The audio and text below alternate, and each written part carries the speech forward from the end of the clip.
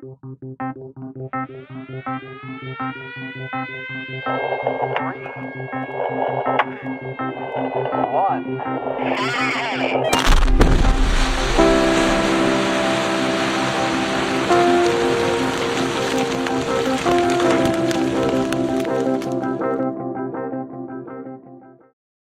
this is the Blast Report podcast on all things blasting. My name is Evan Thibaud with New Wave Consulting, and I want to thank all the drill and blast teams along with those supporting them who are out there on the pattern. The production team at Blast Think and I would like to welcome you to today's episode of the Blast Report podcast. Okay, so Paul, would you say that you have seen a good improvement in training over the years, or did you because I've heard you talk about your program of training at it was the 10T program at White Pine when you were for your first job. Can you dive into that program a little bit and tell me what you think about it and compared to today's type of training for new hires? Well, at that time, it was before you had to have gym shot training on each task training on each thing you do. When we hired down at the mine at that day, they had a 10T training program, and all the new hires, there's like maybe 20 of us, and we had our own working area of the mine.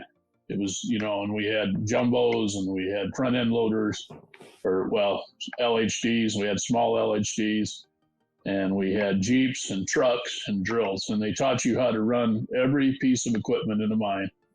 And you had to take a physical and written test on each piece of equipment on the mine. So like over the hydraulics and the brakes and you could be in 10T training anywhere from a month or two up to half a year. We had guys that were in there at least a half a year and flunk, and then they have to go back again, But they didn't want to put anybody out in the mines. So when you came out of there, they could put you on any job and you could do it.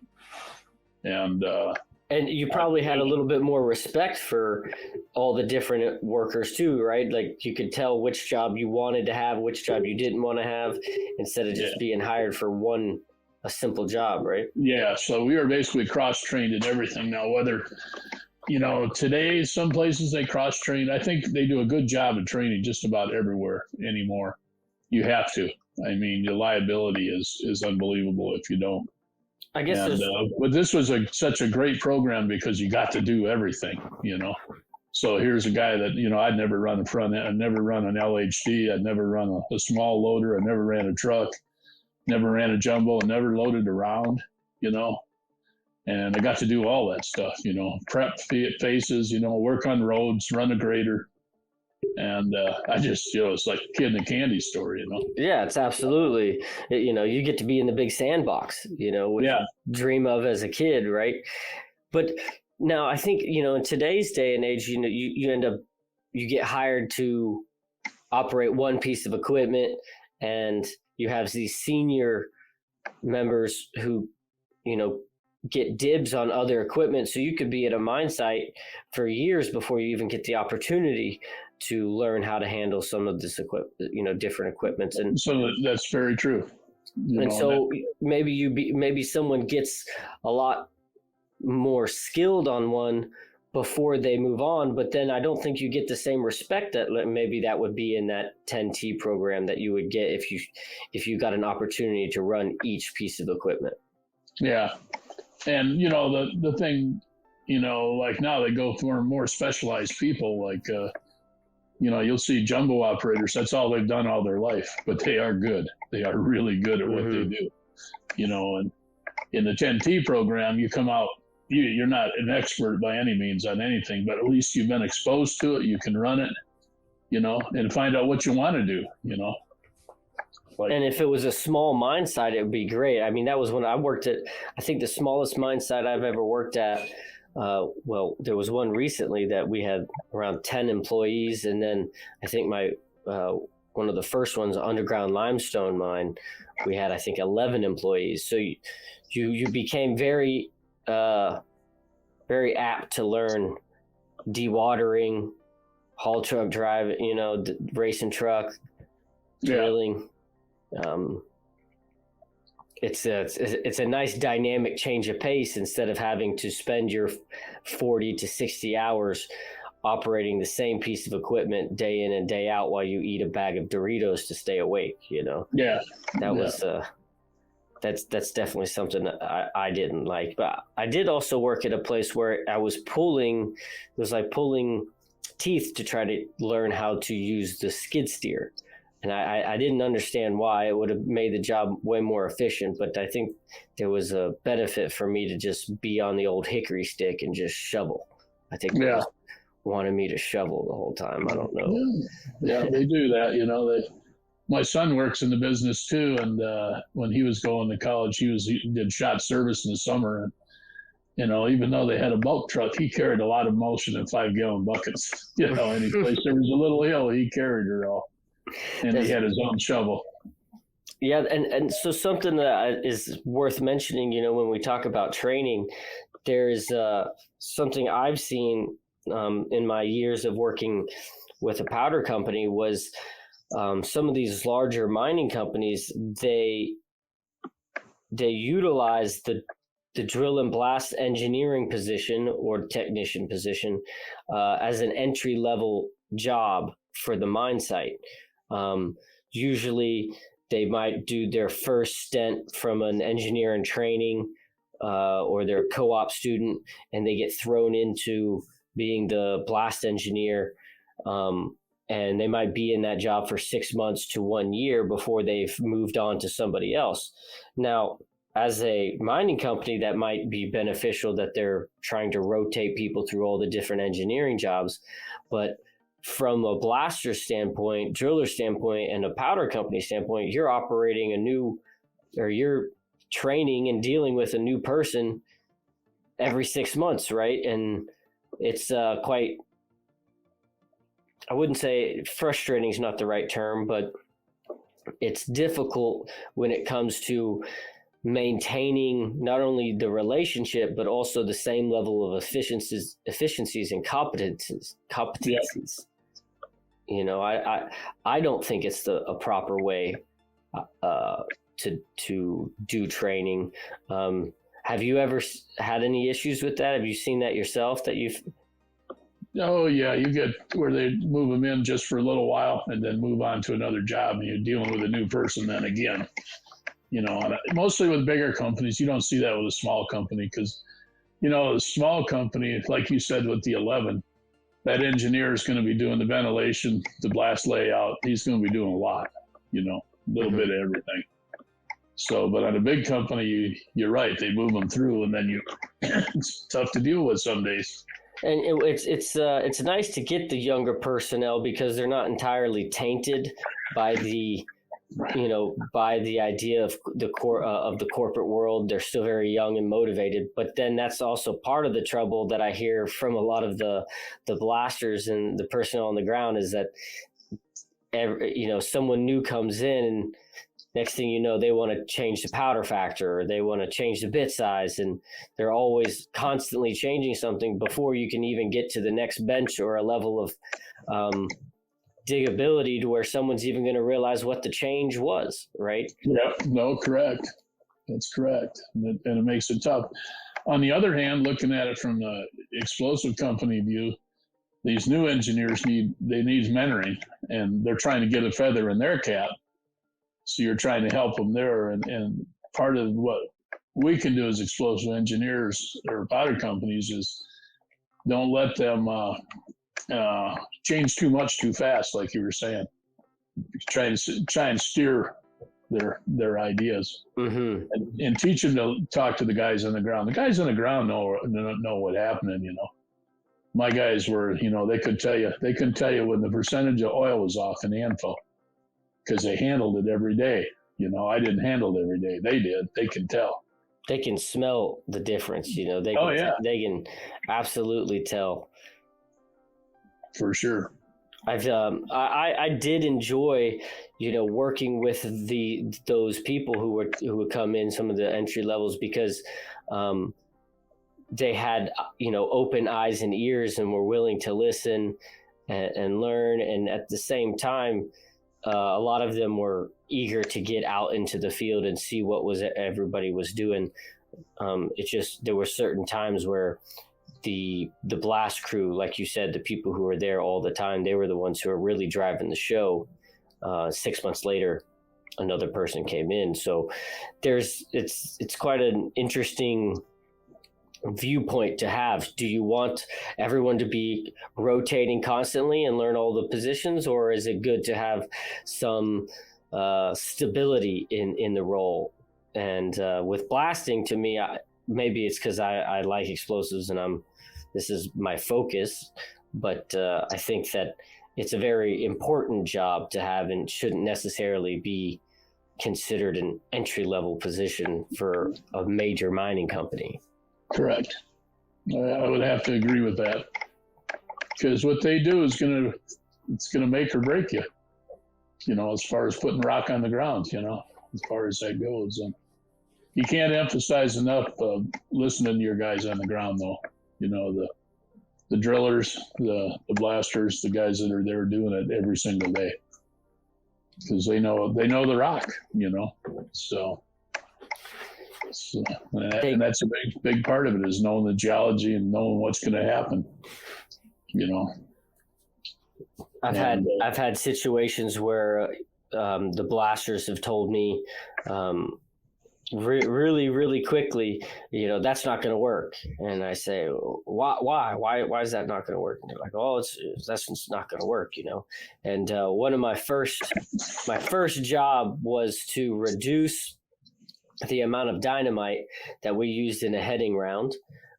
It was underground burn cut, and we were spending too much money on dynamite, and we had to switch to we were trying to get away from AMFO and get just to emulsion and bring the amount of holes down as much as possible, because we had the relative weight and the bulk strength of the emulsion. And so I just kept spreading it out. And my nickname at the mine site was Boom Boom at the time, because I was an intern. I was the intern Boom Boom. And we came back to this one pattern, the final pattern that I not the final pattern, but one of the last patterns I had while I was there. And we loaded it and we went to shoot it, and came all the way back to the face and saw a lot of the breakage at the back of a hole. I don't know, what is the terminology you call for that? Like, more than the bootleg, but when it's really dusted in the back of that hole. Kind of like overbreak on the surface. Yeah. Right. Yeah. And so we saw some of that, and, one of the guys, he said, oh, it's a really good shot. It looked really well. So I went back up to the office. I said, we did it. We took out all those holes, and I went home. I came back the next day, and I'll tell you what, everyone was pissed. The loader operator was not happy.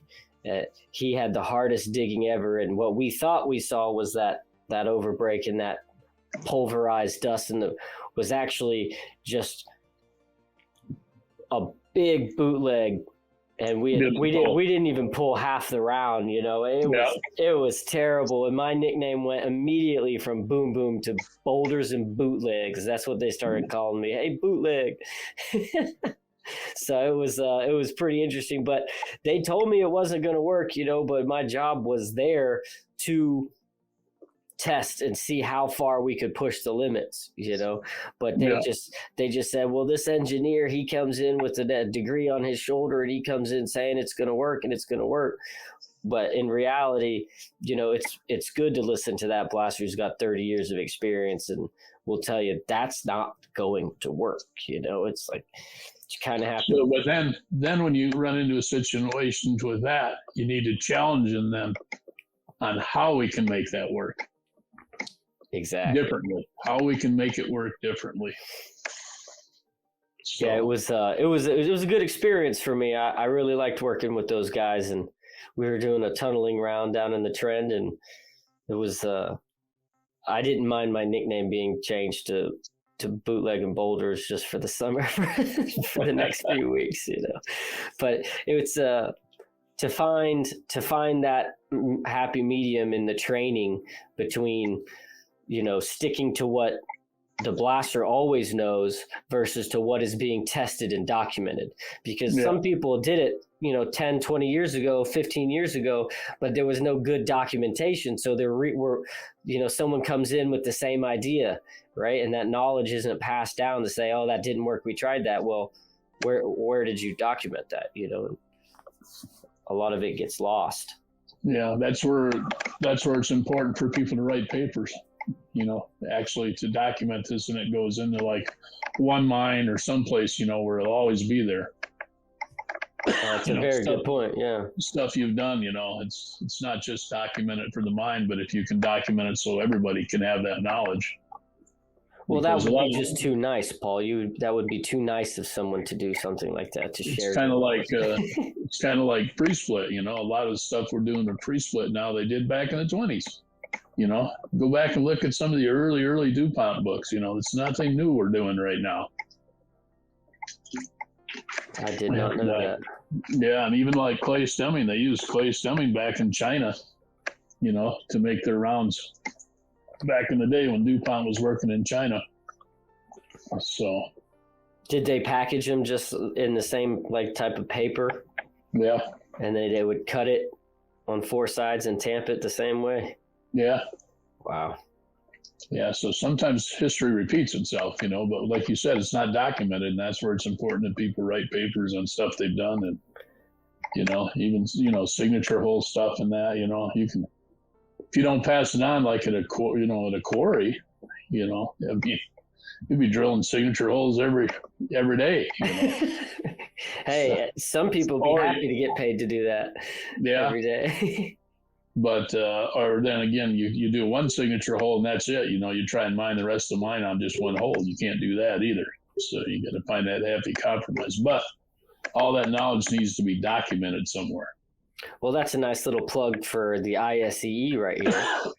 You could put a little plug in there. And, not only do you, if you write the paper, but also if you write a paper and it gets approved, you get to present it and you get a free conference, right? You can, yeah, if it's your first one with a chapter. There you go. So there's, different organizations to help you. So if any of our listeners here, if that's some new information for you, if you've got a new project that you've been working on that you think is interesting, maybe try writing it up and contacting some of the people at ISEE. Or, you can also present it at the local chapter conferences. A lot of it's starting to leave, like myself, we're starting to retire and leave, and we'll be around for a while, and we'll always answer the phone as far as that goes. But, people are retiring, and you're the next generation, And I can still remember talking with guys when the Bob Hopplers of the world and that were retiring, and we were going, man, who are we going to call, or what are we going to do? And they go, well, you are it now. So, so you pass it on to the next generation, all that knowledge.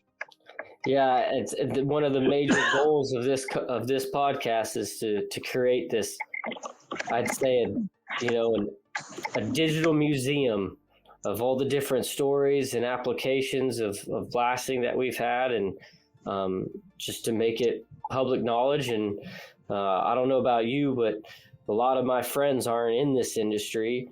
And so I'll go around and hang out with some friends from town and things like that. And I can't have a good conversation with them about blasting when as much as I try to explain it to them, I say I work with civil explosives. They still think that I'm making bombs and different things like that. So I have to constantly correct them. So it's nice to be able to get on and have these chats and catch up with you. And it's fun to catch up at the conferences, but those are so fast and busy that you don't ever really get to spend too much time with somebody. So, well, thank you again, Paul. I really appreciate you. You're welcome. Being convinced to do this podcast with us. So appreciate it. Yeah, we'll see you again soon, everybody.